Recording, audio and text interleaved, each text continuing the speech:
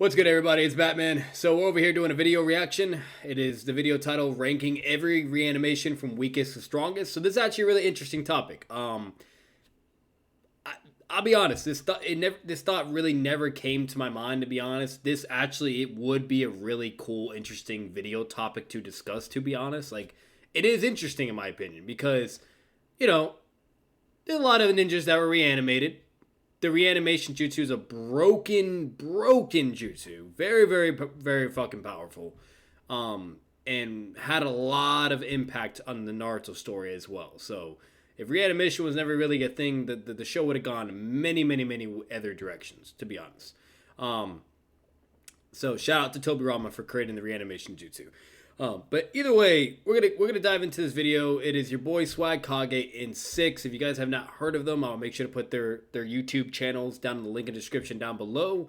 Make sure to check them out. Watch some video content. If you're a fan of Naruto, you'll love their content. You'll enjoy it. It's pretty great.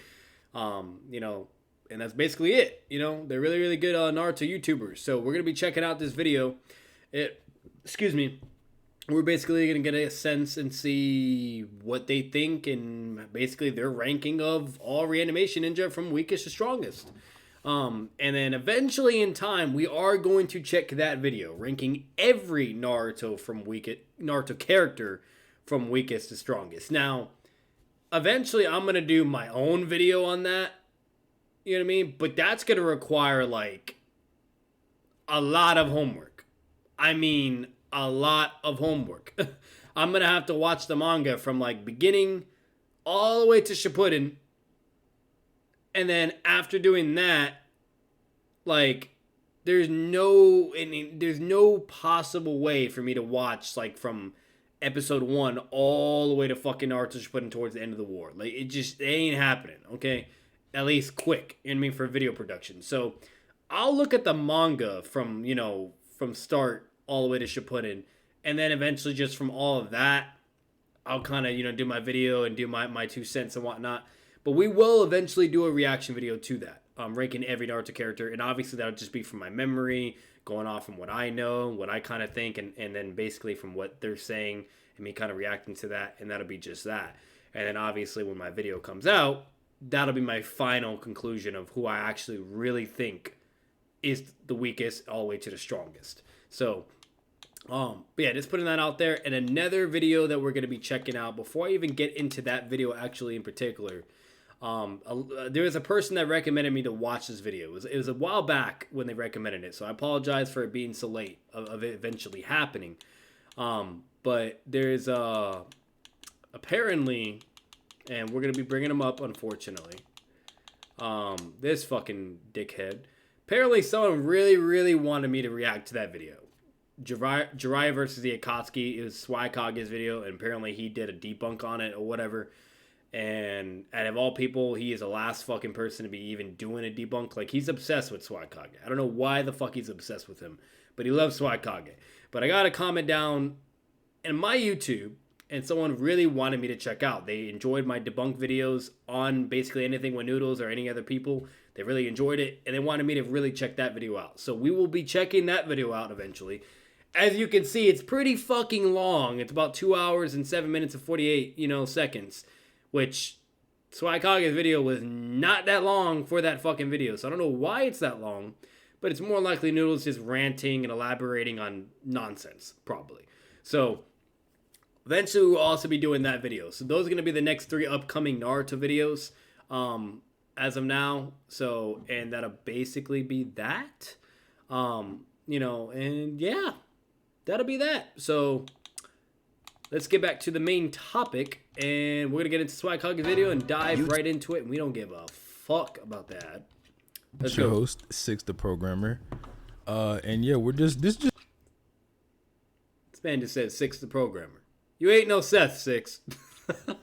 It's like a more concise way of ranking all the different Naruto characters. Like in the other video, it's 3 or so hours, so kind of took a while to get to some of them. Oh, so, that's fucking fire. That picture right there, bro. Fire. Part 1, baby. So many memories. Just from looking at that, so many goddamn memories. This one's just a lot more concise, a lot easier to do. Starting off, number 40, we have Okay, that's understandable. Now, mind you, I have clearly not done all my homework. I have no fucking idea, at least from the reanimation. But that's understandable. From my memory, from the anime, and even I don't know if I even saw him in the manga actually, but from the anime at least, he didn't do shit. He basically gave Sai a mental nerf and then eventually a mental buff, or a mental amp, you can say, and then just gets blown up by Datara, I think. That's it. He doesn't really do anything. He's feetless, you know? And like, any skilling kind of like connecting to Sai, that's not really, all right, boo-hoo, big deal, who cares, you know? So, understandable. Shin. And not the one you might be thinking of. Not the one that fought Sakura. Not the one with all the eyeballs on his body. That's a different one. Yeah, and he's not a reanimation, so yeah. You didn't really need to make that clarification, but yeah. It is a non-Uchiha guy named Shin, and this guy is actually Sai's brother. He's here at the bottom because he's totally feetless. He doesn't really do like anything. Told you. He just gets turned into a bomb and then he gets sealed up. Now, like, yeah, the argument for him being strong is just that, you know, Kabuto did bring him back, but it's like, for that what? applies to literally. Yeah, but Swagkage is probably going to say, but that could literally be for anything, really, to be honest. It could just be for him just to be, you know what I mean? There's just a guy at disposal for the war. So, you know. Everybody else here. So. Yeah, just so like he's everybody just the else. weakest of the strong. You know? That's it. So moving on. Next, we have numbers 35 through 39. So this is the 5 members of the 7 ninja swordsmen that are like not Mangetsu or Zabuza. 7, 6 and I mean? didn't really feel like ranking them individually because honestly, honestly, who cares? You could probably, if you really studied them, figure out a way to put any one of them individually above some of the people who are above them on the list, but I like, who cares? Exactly. Right? Like, I believe in the Seven ninja anime. swordsmen. In the anime, I think Kakashi fights some of them one-on-one, and maybe you could get some scaling through that. But in the manga, it's just not there. It's just like they all come back as a group. They're all this really just super strong subsect of the Edo Tensei army. But they're like the lowest ones, aside from Sai's useless brother. They're basically just like Jonin level, like essentially. There's nothing about them that makes them seem substantially more powerful than that. And the only thing to even like think that. One thing I will say, the only defense I'll say for the 7 ninja swordsmen, to be honest, in my opinion, is they did fight against Guy's dad who possessed the 8th fucking gate. He went to the 8th gate in order to fight all of them, okay? And he didn't even kill all of them, I think. He only killed a couple. So, the fact that, like, he had to even resort to the 8th gate to fight these guys, in my opinion, is kind of a feat for them, you know what I mean? The fact that, you know, he didn't, like, think, oh, the 7th or the 6th gate would be enough or whatever. No, he said he had to do the 8th gate. So, I'm just putting that out there. And then another thing that I do know, like they said, even though it was only in the anime, so whether you know, the whole, oh, not canon, because it's, you know, regardless of that, okay, they were fighting with the Kakashi, you know, doing shit, Zabuza was, you name it. And this is War Art Kakashi, and we're talking about a Kakashi that's pretty fucking powerful in the War Art. So, I think that's impressive in a sense as well. And remind you, they're Edo, so they are slightly nerfed. It's not a massive nerf, but they are slightly nerfed, so they're not even at their fullest potential and max amount of power. So, I'm just putting that out there, in my opinion. But, we'll leave it at that. So. It is, I'm pretty sure this is supposed to be the strongest generation of the 7 ninja swordsmen. But then, even then, it excludes people like Kisame. They don't have Samehada. So, I mean, them being this low on this specific list is perfectly fine. This is numbers 33 through 34. So we have Pakura, the user of Scorch Release, Toroi, the user of Magnet Release, and Okay, Gari, fair. the user of Kinkaku Explosion guys. Release. So all three of these guys are mostly featless. They don't really do anything, but they do have a Kekkei Genkai, Yeah. which the swordsmen don't. Yep. And both groups are featless, so Now, at the end of the day, come on, guys. If you have a Kenkai Genkai, if I'm even saying that correctly, against ninja with just swords and shit, you know, or sure, let's say a sword maybe have some hacks abilities and whatnot, whatever, but at the end of the day, they're more than likely taking that fucking W. You know what I mean? Like, don't get me wrong. You can debate, you can have your arguments for whatever, you know, what member of the swordsman against these guys and who do you think will win, whatever. I don't think that's really an interesting topic in my opinion. Maybe like if you're just doing a shit ton of bunch of versus battles for Naruto and you're like, all right, here's another video of versus battle. This guy from the 7, you know, and then versus this Kenkai Genkai user. So whatever. But that makes sense. At least from their logic and from like, you know what I mean, that perspective, I get it, you know. I don't know, man. Like Gari's weapons are bigger. I mean, Like- it's just like when you compare quality of shinobi, right? So let's just say, for example, the 7 Ninja Swordsmen are all S-class shinobi. The Kekkei Genkai users would all be like S+ class, maybe Z class if you like Dragon Ball games.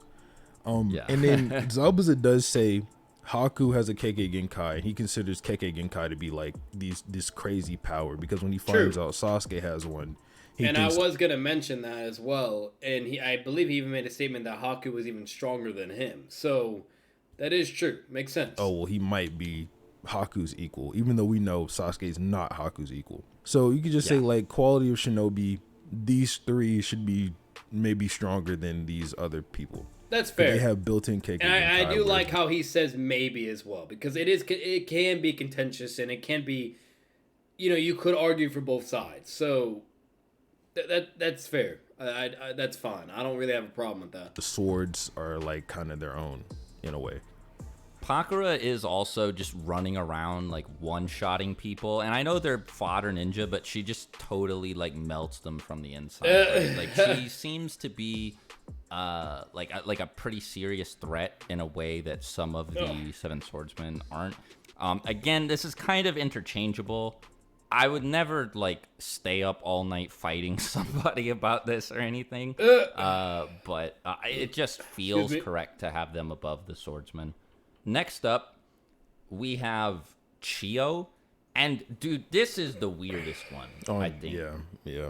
It's so strange. Chio, as far as we're aware, feel free to correct us. We're gonna look really stupid if this isn't the case, but pretty sure after looking through it that Chio does not actually use her puppets at any point that we know of in the manga, and so it's like what the fuck is she supposed to do? Like that's her whole thing. She doesn't have any non-puppet jutsu. Wait. Did I just hear that right? He said she never uses a puppet. She used her puppets against Sasori, though. What am I? Did I not hear him correctly, or? Okay. That are combat relevant, I should say. I guess she can use the like reanimation thing to bring people back. Not Edo Tensei reanimation, the one she used to revive Gaara, but that doesn't really like. I don't see how that would help in a combat setting.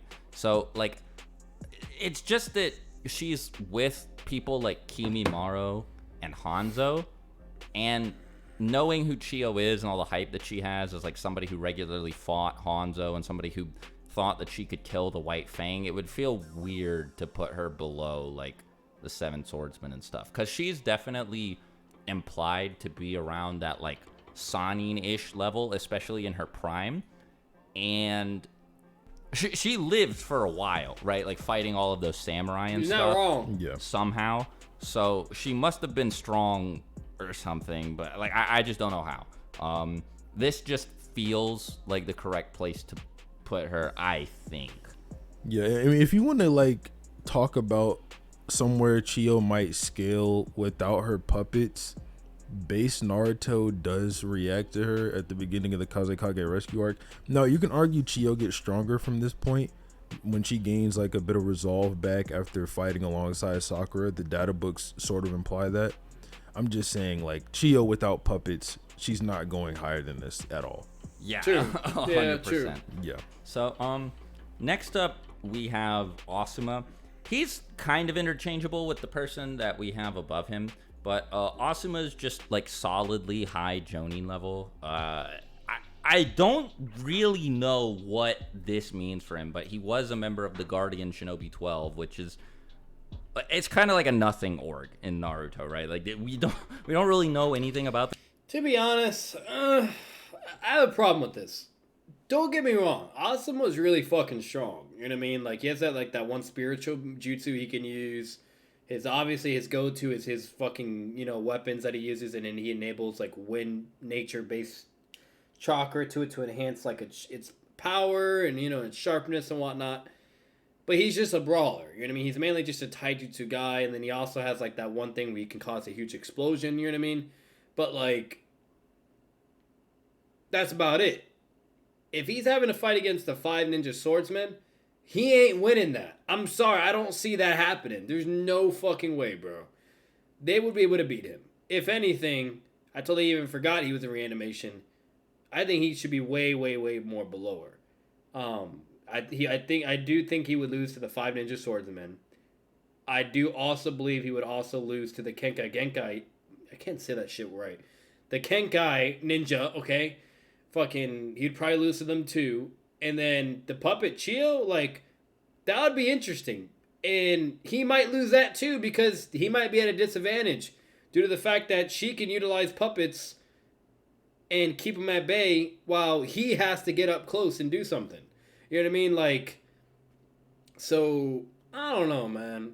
I don't know about all that. But I feel like he should be way lower. Because I believe they did Shin, and then they did the Swordsman, and then they did the Users, and then Chio. I believe he should be above Shin at the very least. That's just me, though, for now. But, I don't see him beating the 5 ninja swordsmen or the 7 ninja. You know what I mean? I don't see it. The Guardian Shinobi 12, but Asuma was like one of those like high tier Jonin from Konoha. Like, he wasn't a nobody. People talked about him and respected him. He did fight Hidan, and granted, he had help, but he beat Hidan and decapitated him, which is pretty impressive. And it takes all of Shikamaru, Ino, and Choji working together. So Kakazu even hypes him up as well. Do you have anything else you want to say about Asuma? No, not at all. No, he's like, no, not at all. He said, hell no. He's like, fuck Osama. So next up we have Hizashi. He's strong. He's like one of the patriarchs of the Hyuga Wait a minute. Wait a fucking minute.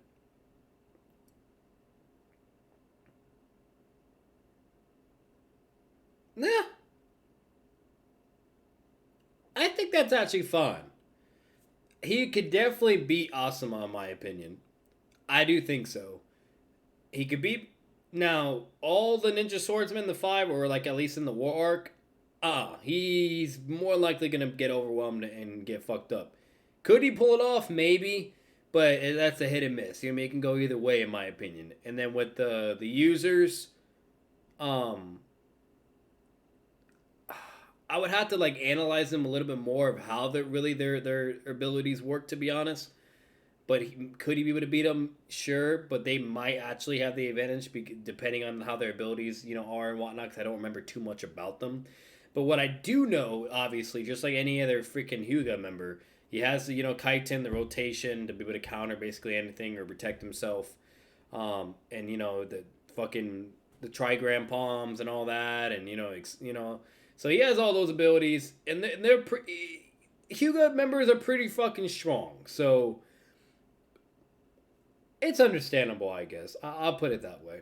It is contentious, but I get it. And we don't see him do much, but like he should be around this like high Jonin level. Yep, high Jonin level. He's got the gentle fist, the Byakugan, so yeah, pretty good at hand-to-hand combat. That's why I have him above Zabuza. That's why I would put him above Zabuza. Not Zabuza. I mean Osuma. Oh my god. Yeah. Speaking of, we actually have Zabuza right above him. Zabuza's strong, right? He's not like a monster or anything, but he's definitely like way stronger than the other 7 swordsmen because he actually fights Kakashi for an extended period in the manga. He loses, like it's kind of like a sound defeat, but he still fights him.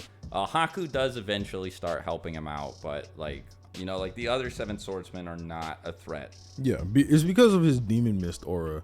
Like Zabuza's got a base form and then like kind of a Super Saiyan transformation. So in part 1, we don't see Zabuza use his demon mist aura until he goes up against like Gato's goons at the very end.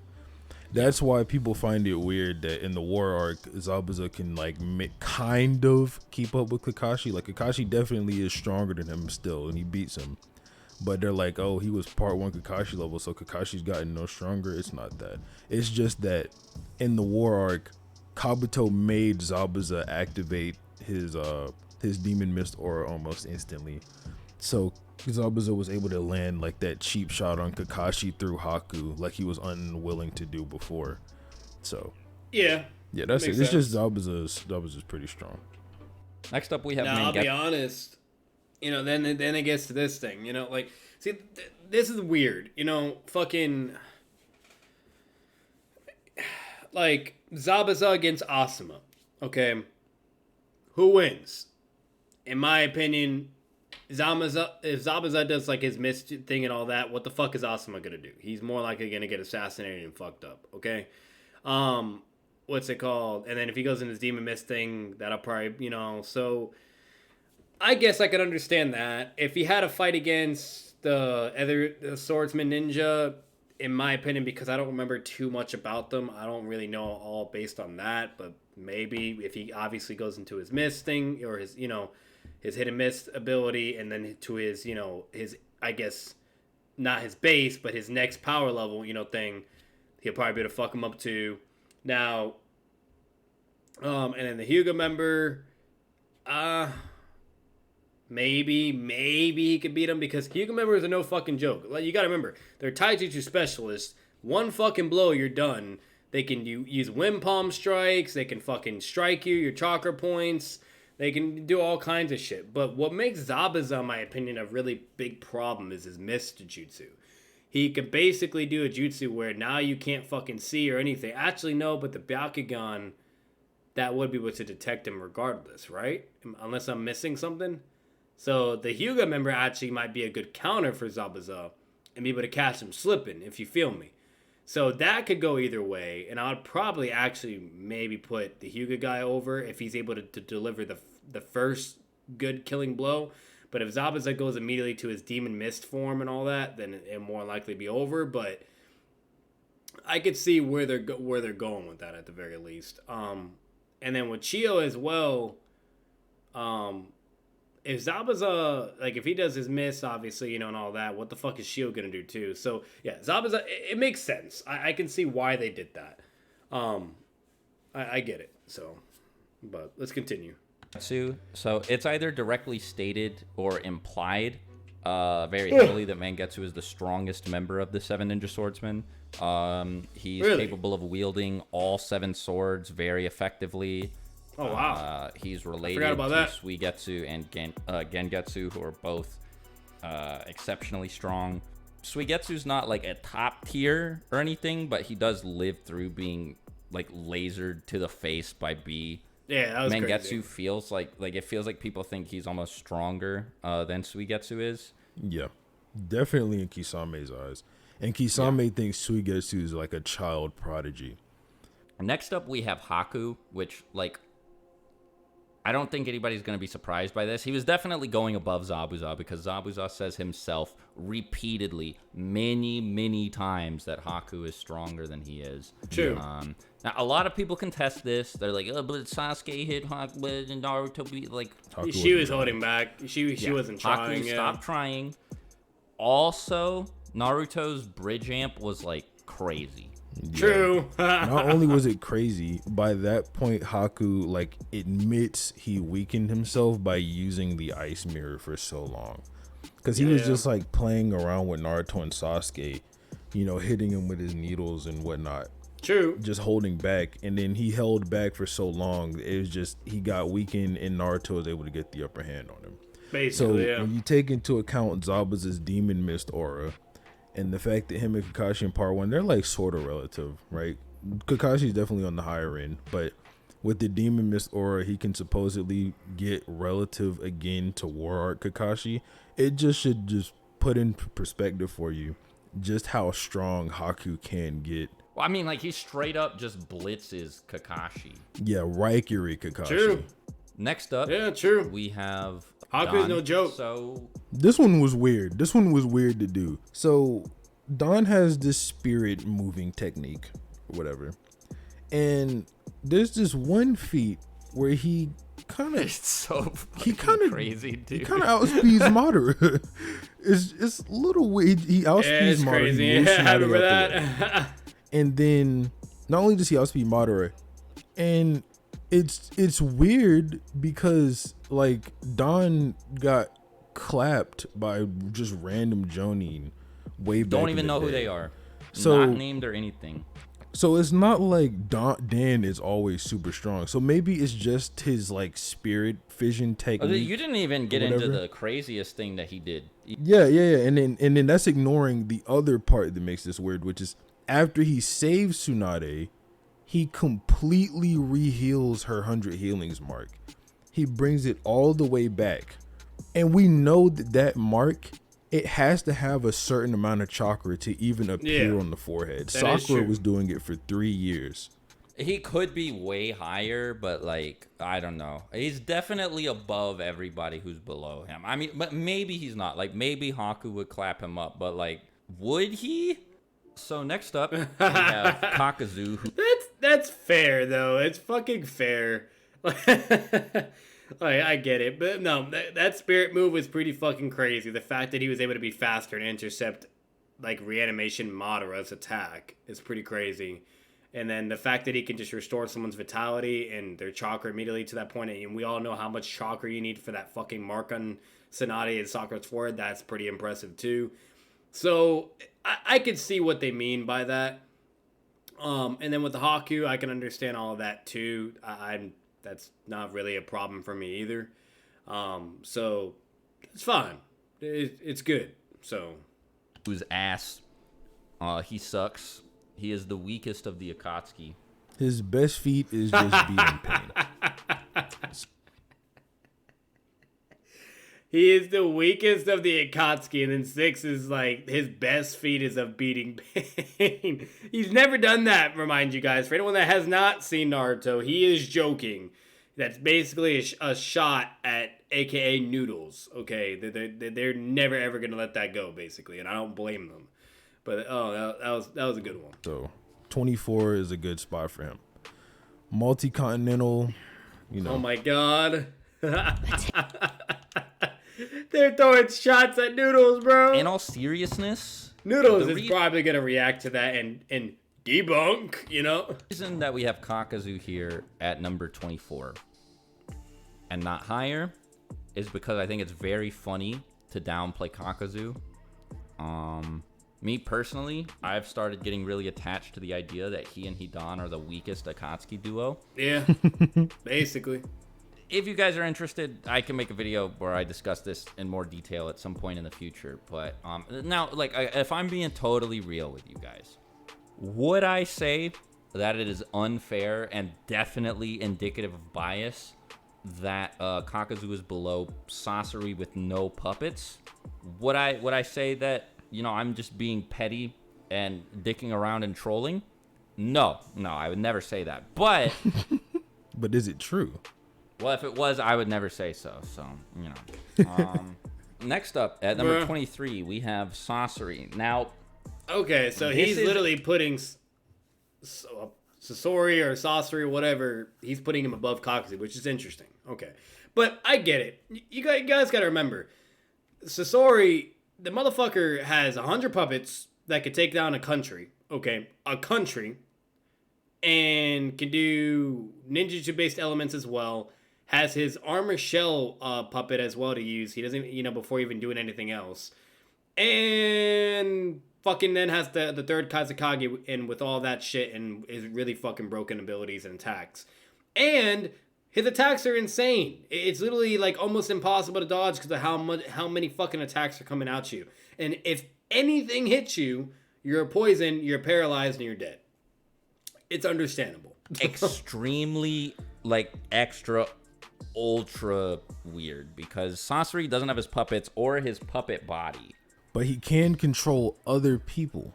Kankuro might just be heat. Yeah, I mean, Kankuro also does have Sasori's puppet body, who, I mean, let's be real, is probably Sasori's best puppet. Yeah. I don't see why that wouldn't be the case. And Sasori's 100 puppets were, like, fighting Chikamatsu's 10, which were, like, the strongest puppets ever made. So it's probably, like, Sasori's body might be, like, the Excalibur of Naruto puppets. And basically, Kankuro does capture Deidara, so it's like you said, he might just be heat. Deidara's up next at number 22. So normally Deidara would be beneath Sasori on a list like this, but Sasori is like nerfed to such a ridiculous extent that it would be really, really, really unfair of me to not say he's higher. Like, no puppets, no puppet. But see, with that type of logic, though, I would put Kakasu above Sasori, though, because if he doesn't have any of his puppets and all he could fucking do is just control people, like, cool, great. You know what I mean? Like, I at that point, I do feel like Kakasu would be able to just smack him. So, Kakasu, it should be Sasori. Well, no, it should be, Sasori, Kakasu, and then Deidara, in my opinion. But whatever. What do I know? Body, no third Kazekage stand. Yes, Deidara is probably beating this version of Sasori. Absolutely. Like, beating in a fight, maybe not, because Deidara can't seal anyone. But, like, overpowering, definitely. Yeah. Because Deidara, at this point, he's willing to use C0 if it comes to it. And he can just regenerate from it. So, next up, this is going to be weird to some people. But we have Kimimaro. So he just, like, an underrated he just sits there and fights KCM Naruto. Yep. For, like, a really long, like, extended period of time.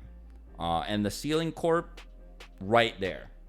And in the anime, we do get that Kimimaro, like, dodged the Rasen Shuriken, and a little bit of quantification for the sickness.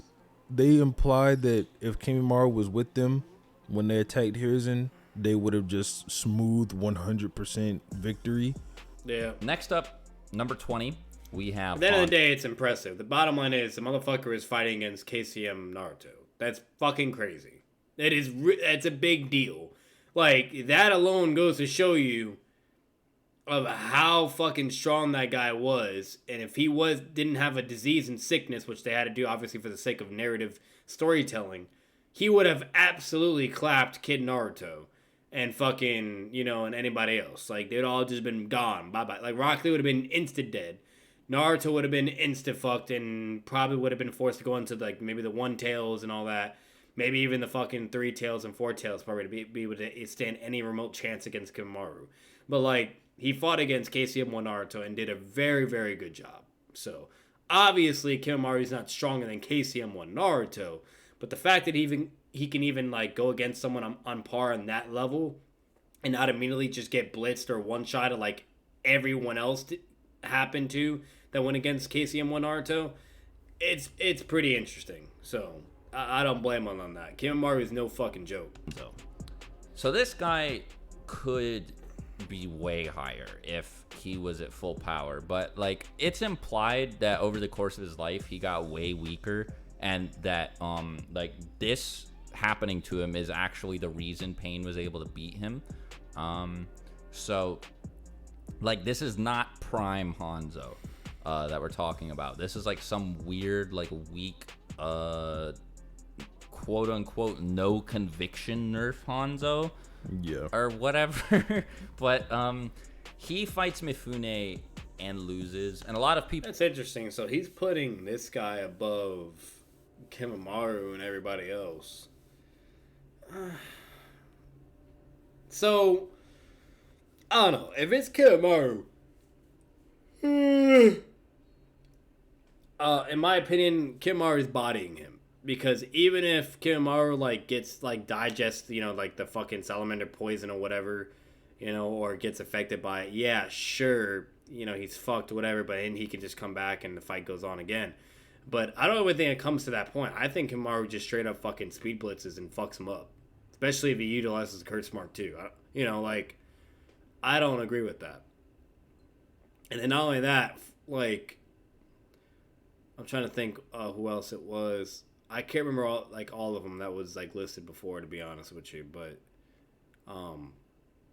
I even feel like Don could be able to probably beat the fucking guy with his spirit move and all that and everything. So I don't know why they're putting him up so high, in my opinion. That's a little weird for me. I definitely disagree with that. If anything, he should be a lot lower, in my opinion. Not like at the bottom, but like, you know, kind of in like the middle, if that makes any sense. People think that this makes Hanzo fodder, but like Mifune's not actually weak because Mifune fought full power Hanzo, and Hanzo said that like he wasn't able to make any mistakes when fighting Mifune. Yeah. And we know that full power Hanzo has that crazy feat where he fought a whole platoon of Leaf Ninja, which included the Sannin, and when the Sannin were the only survivors, he gave them their title for managing to live through a fight against him, right? So he's definitely like really strong at full power, but this version of Hanzo just gets like beat up and bullied in a few seconds and doesn't really do anything else aside from that. So it's like, all right, we don't care about you. it's hard to justify putting him higher. Next up, I don't know, he shouldn't be that high. So we have an order for this, but this isn't like, the order isn't particularly important. So numbers 14 through 19, we have the 6 Jinchuriki that Obito was controlling as his new 6. Very powerful, by the way. So if Very you want powerful. to know our order for them, we have Han first because he kicked Naruto in the face, and also Boil Release gets hyped up like crazy. True. Then Yugito because B talks about her, like, you know, there's all these statements about how B looks up to her and stuff like that. Roshi because he actually damages Naruto by burning him. True. Then next we put Yagura just because he's like Mizukage. Then after that we have Fu because she dodges KCM Naruto. And then last Utakata because he doesn't have any feats. It is a very, very tenuous, like, not set in stone ranking that could be wildly different. That's if fine. any, Understandable. Minor events in the fight had been different, but The only outlier would be that Han can activate Boil Release, which should put him in like a different tier. But that's not something he can always have on, right? yeah, so, exactly. So he's definitely in the spot he belongs. So next up we have Kinkaku and Ginkaku. These guys are lame, but they're definitely like really, really strong. If we wanted to be dickheads, we could put them above Tobirama, but we're not gonna do that. Yeah. So like these guys are kind of weird. On one hand, they critically injured Tobirama and the second Raikage together. Then on the other hand, they get tagged by Ino Shikamaru and Choji.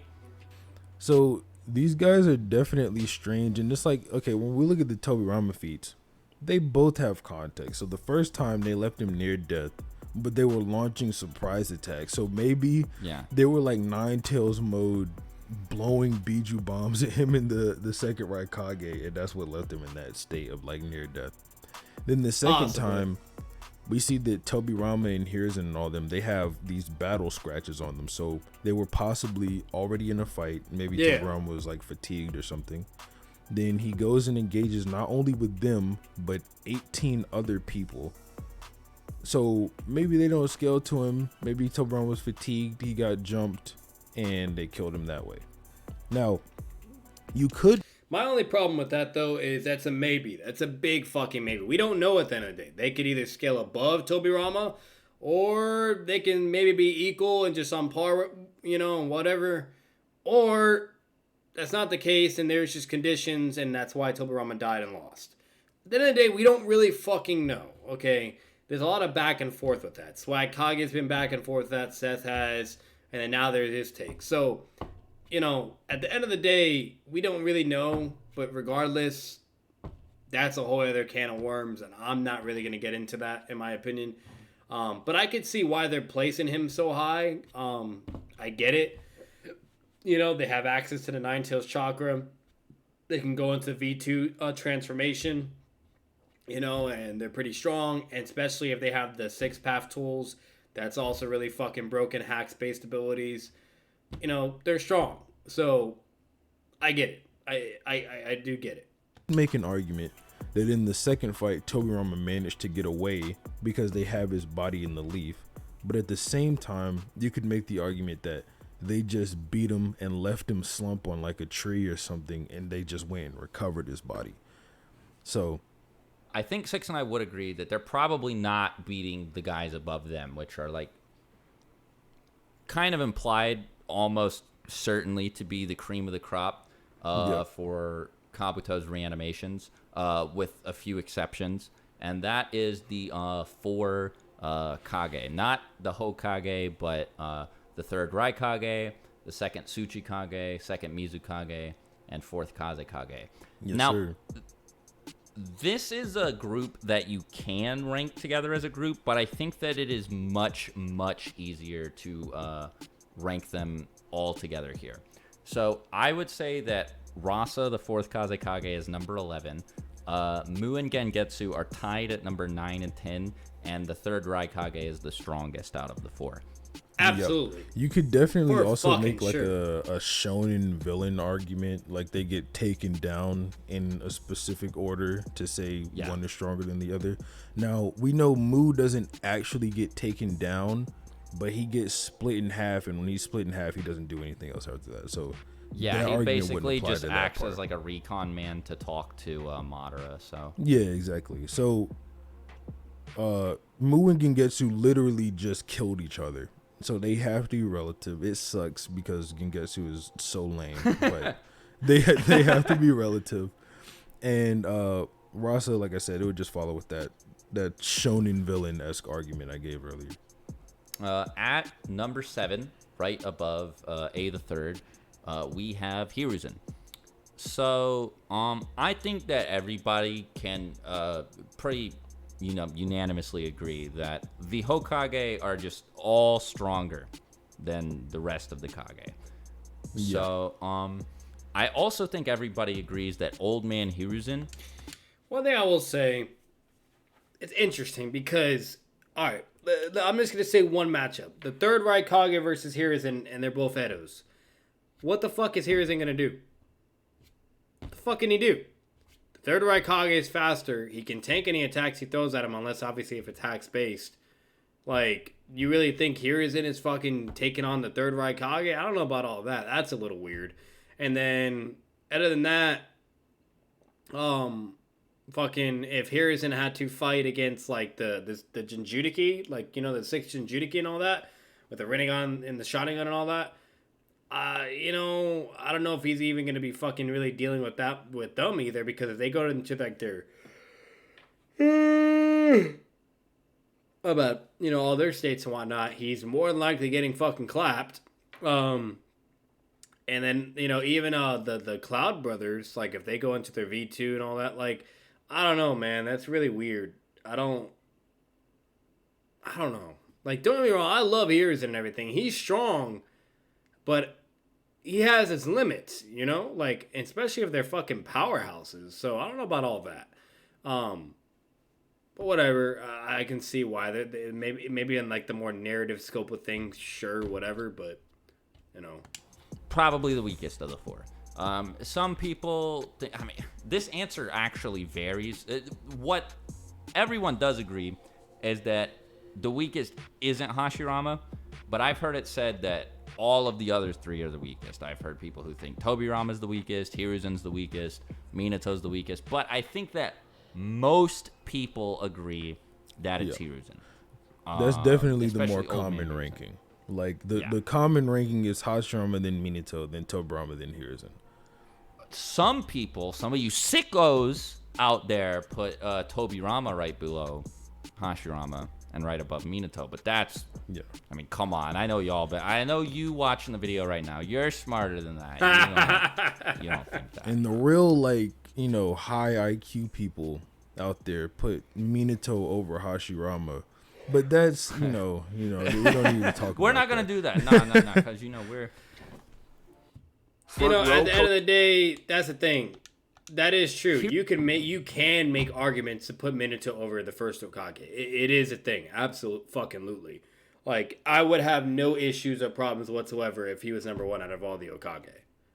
I get it. You know what I mean? So, I don't blame him on that, but to keep it more, fair, narrative aspects, etc., whatever, they're being respectful, and they're just like, all right, now, Hashirama's number one. So, that's fine. And if they're going to be applying that logic to everybody else, they got to do it for Minato too. No favorite treatment, okay? The reason being below Tobirama is, so it's like, the thing about these guys is they only really fight Jubito, who bodies them the whole time. So it's kind of hard to compare them. But the reason for Tobirama being above Hiruzen is he does have that 1 feat of teleporting into, like, Jubito and, like, blowing him up with his own Truth Seeker orb, which is, like... that's kind of blatantly better than anything Hiruzen pulls off. So, I'd say that I'm pretty comfortable with Tobirama being above him. It also just feels right, I guess. Yeah. But you could switch them around if you wanted. To be fair, I think Jubito does block that attack with the True Secret. Yeah, I know. I agree. I don't think it's like an actual like blitz or anything. Yeah. Also, we've discussed this before. Minato is like mental nerve, so. But like it's still pretty impressive to like get in there at all. Yep. So, Hiruzen at 7, Tobirama at 6.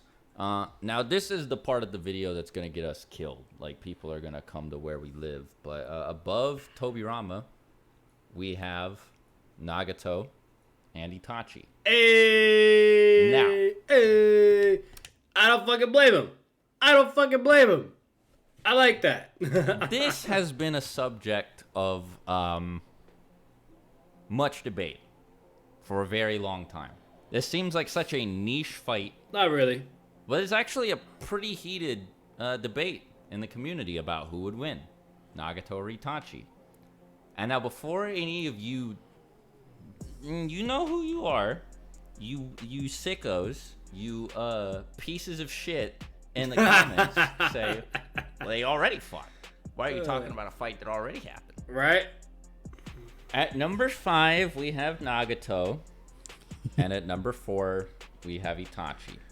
Now Hitachi being this high, Hitachi and Nagato being this high, I should say, and like above Tobirama and Hiruzen might seem like ultra capped to some people, but I don't think so. I could see Nagato beating them up. Like Nagato is insanely strong. Yeah, he is. So is Hitachi, especially as Edo's. Like Nagato getting hit by a full force lariat and just not taking any damage and then absorbing all of B's chakra on contact in like seconds. Like it's instant, right? Yeah. Like 1 sec he's getting punched, the next second. Like, I mean, it's like panel to panel you see B just lose the cloak. Like he takes all that chakra so fast. So yeah. And then Hitachi like cuts all his limbs off with just a swipe of his Susanoo arm. Itachi, I mean, like, yeah, Itachi does actually fight Nagato, and then he goes on and beats Kabuto in a fight. Whether or not you think Tobirama or Hiruzen could beat Itachi or Nagato, I guess, is up to you. But I feel pretty comfortable putting him up here because he has all that crazy bullshit. Like, he has the Yada mirror, he has the Totsuka blade, he has Yasuka beads, he has Tsukuyomi, Amaterasu, and he can use crazy all this shit infinitely, right? Crazy. Because he's an Edo Tensei crazy with fucking regeneration. abilities, so, dude. and Nagato kind of speaks for himself. All of the abilities of the 6 Paths of Pain, the Soul Steal, the speed to keep up with KCM, Naruto, and B. Like, these guys are monsters. And, yeah, all I'm saying is in Storm 3... super reliable source, of course. Kabuto does say that Nagato is his second strongest summon. So, Okay. you know.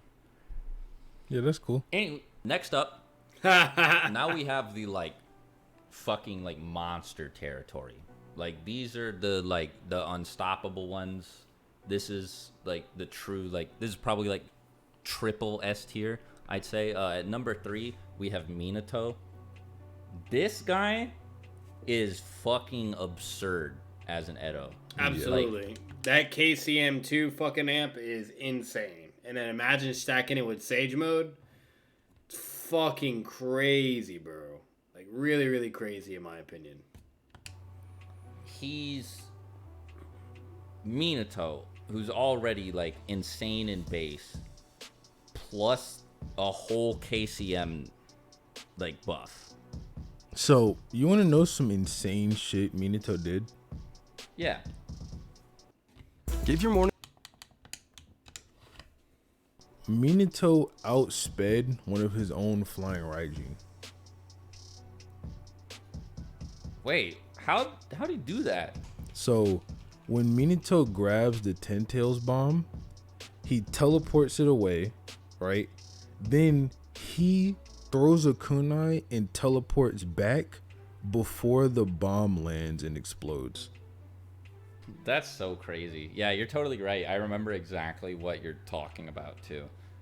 Not So, I saying mean, like- Minato can move faster than an instant, but he can probably, like, flying Raijin might not actually be complete teleportation. I mean, he could can't probably not just do move that. faster than an instant based on that.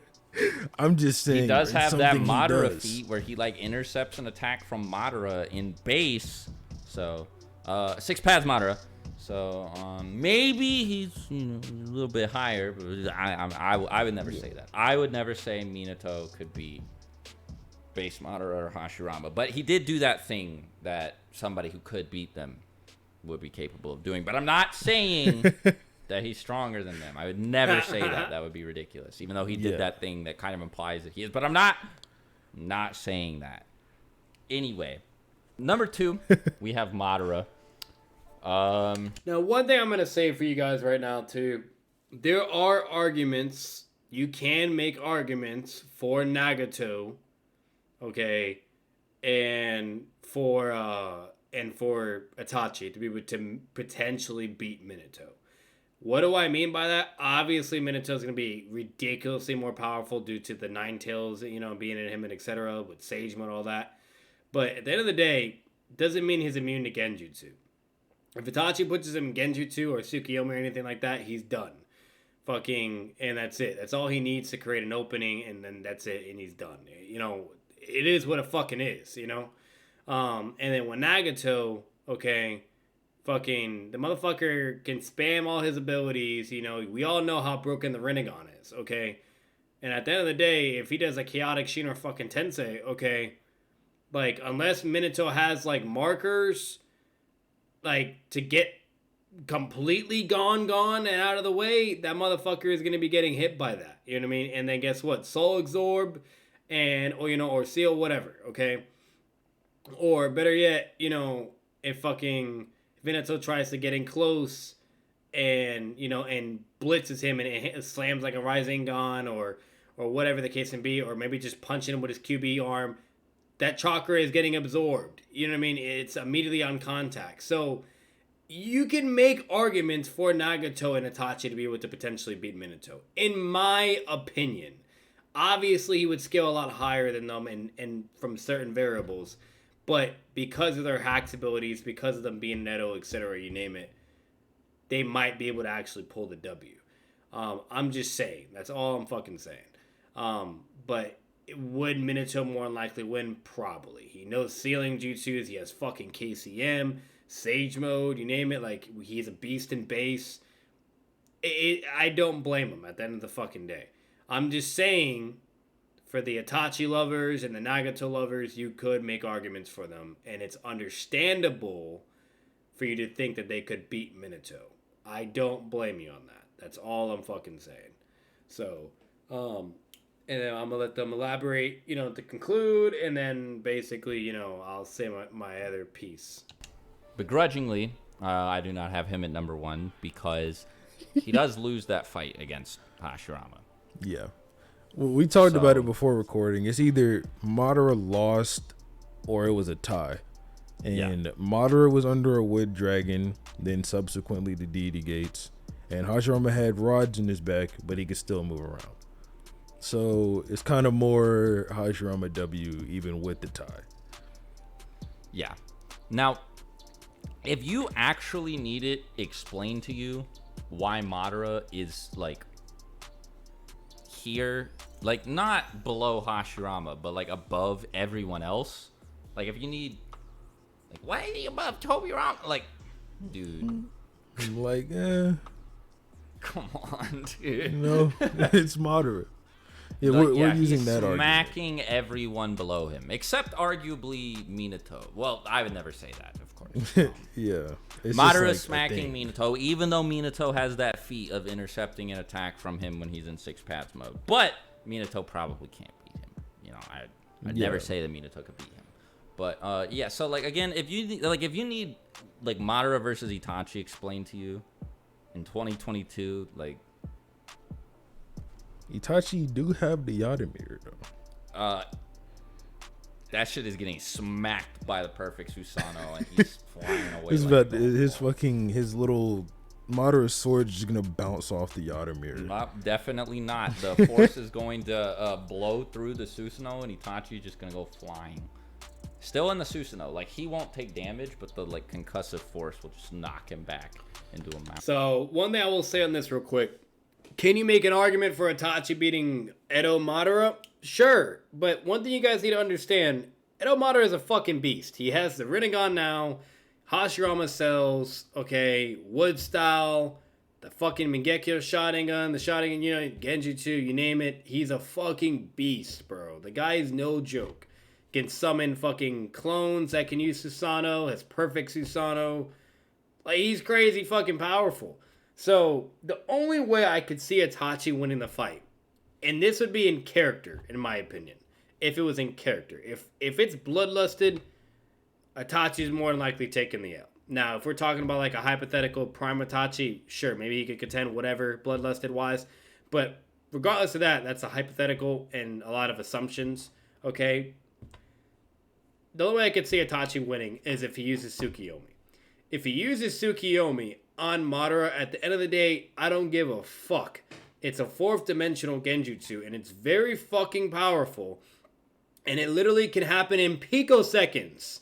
To the point where you don't, like, it's like there's no way to fight against it. You can't cancel it. You can't fucking escape it. And you're basically fucked. And he can torture you for decades while only a picosecond is passing. You know what I mean? So if Modera exchanges contact to contact, which I don't see why he won it, because he did it with Sasuke, etc. You name it, X, Y, and Z. Tsukiyomi could be a W condition, in my opinion. Okay? And then if Modera actually allows himself to get hit by Itachi's Totsuka Blade, which could possibly happen, okay, that's a GG. So if Modera underestimates Hitachi, he could potentially lose. That is, I'm just saying, that is a possibility. And same thing for Nagato. Nagato possesses the Rinnegan. You know, he's going to be going against him, whatever. If Modera underestimates him and is caught slipping or whatever, he can have his soul removed. You know what I mean? Fucking, you know, Shinra Tensei, okay, whatever. You name it, okay? So, obviously, in the narrative aspects and overall, like, percentage-wise, or 9 out of 10, whatever, Modera is more than likely taking those W's. It just, come on, it's fucking Modera Uchiha. But you could make arguments of how they could pull a W. Okay? It's really, that. I think that's probably going to be the best way to really go about it. And it, you know, and like I said, if we're talking about Itachi, that's like hypothetical prime Itachi, that where maybe he has the perfect Susanoo as well with the Totsuka and, you know, the Adamir, you know, or better yet, let's say he just only has his, you know, his final form Susanoo, okay, with the Yadamir and Totsuka Blade. What's to say that he can't enforce the Yadamir around his whole Susanoo?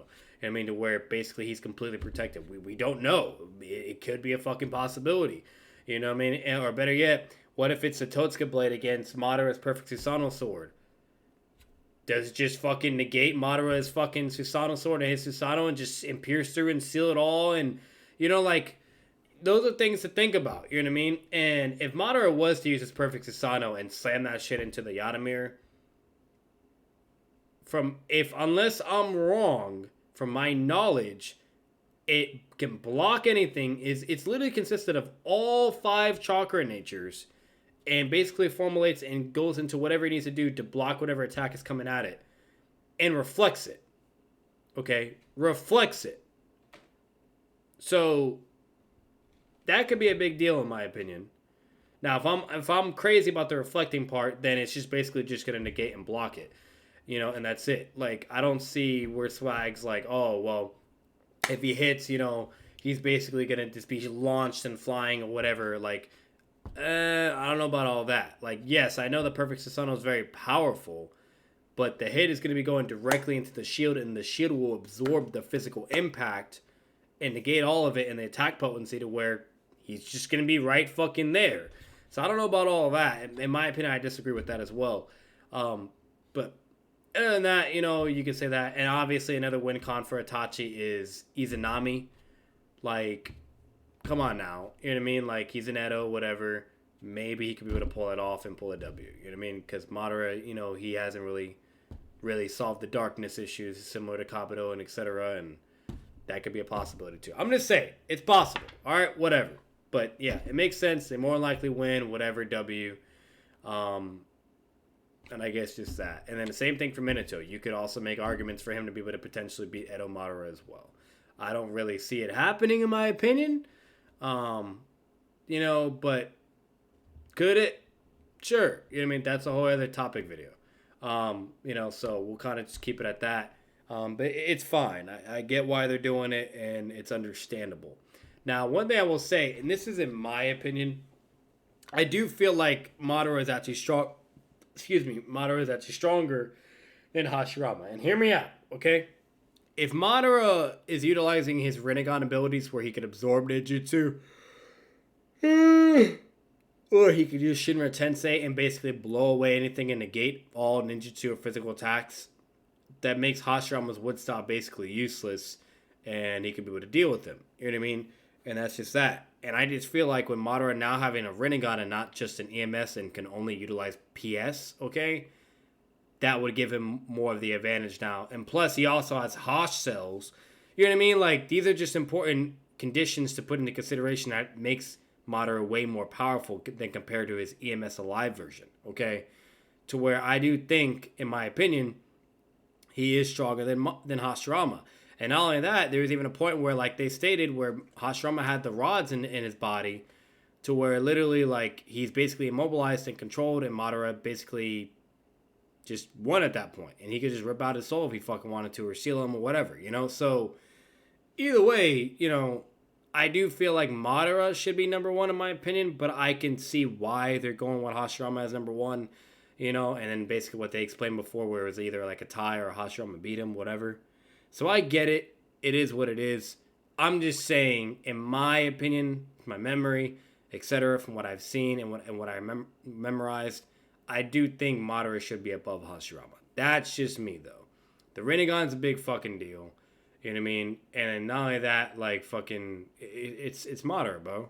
Like, and not only that, what's to say, I was going to say, could he use his Rinnegan, like, the Limbo ability and all that and everything? Because he never did that as an Edo. He only did it when he was alive. So maybe he can't do that. But regardless, I do feel like Modera is no joke. And then if Modera can summon the fucking Ghetto statue as well, you know what I mean? Literally the 10-tail husk.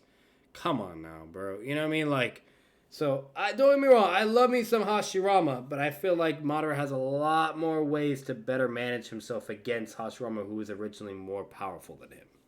So, and that's due to the hacks and due to, you know, the accommodations that he now has. So that's just me though. But other than that, we're gonna end it. Then finally, next up at number 1, shocking no one, Hashirama. Fair.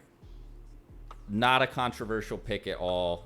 Guy has the true 1,000 hands, wood golem, wood clones, sage mode, Like, Bro showed up and subdued the Ten Tails. yeah. Not like, yeah, you know, you get it. So this was kind of a messy video, but I think it was good. I had fun. So if you're new here, subscribe to the channel, of course. And if you're not, but this is your first time seeing Six on the channel, or maybe it's not, but you haven't done this yet, check out his channel. Link to it will be in the description below. He makes fantastic content. I'm trying to think of a good like segue out of here, but like, Just say goodbye.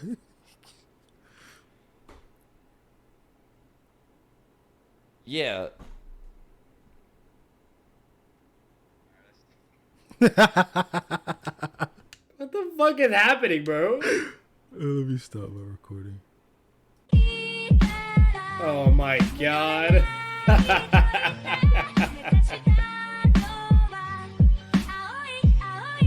God, such a fire outro, to be honest. I'm so jealous of that outro. I wish that was my outro.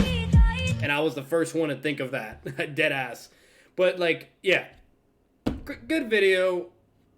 In my opinion, there is just like at least they were honest and they said it is a messy video. It is messy in certain ways, and you can most definitely kind of adjust the ranking and scaling they did in this video. You know, I mean, there was some certain no-nos I didn't really approve of, and etc. But other than that, if I had to rate it, B+, okay? I wouldn't even give it a A-, B+, okay? So, other than that, that'll be kind of the conclusion for this video, guys. If you guys enjoyed the video, make sure to leave a like, comment your thoughts down below. Support these guys as well, the creators. They do awesome content. They're amazing. You know, comment. Let me know what you think. Let me know what you think the ranking should be for out of all the Edo Ninja. And subscribe for more content. Subscribe, you guys, to the channel. There'll be plenty more of Naruto content along the way. We won't stop, and it'll just keep coming at that point. And like I said, our next video will be the Jiraiya versus Akatsuki, but it's going to be Noodle's version of what all the nonsense he has to say about it. And we're going to figure out why it's 2 hours long. And then other than that, I'll also, eventually be doing, like, you know, my own version of ranking and all that. But my own original video, I did state this as well, and I wanted to do a Minato versus the Akatsuki. Basically individually and all at once. I kind of wanted to have my take on that and let you guys know what I thought. But yeah, so that's basically going to be it. And bye.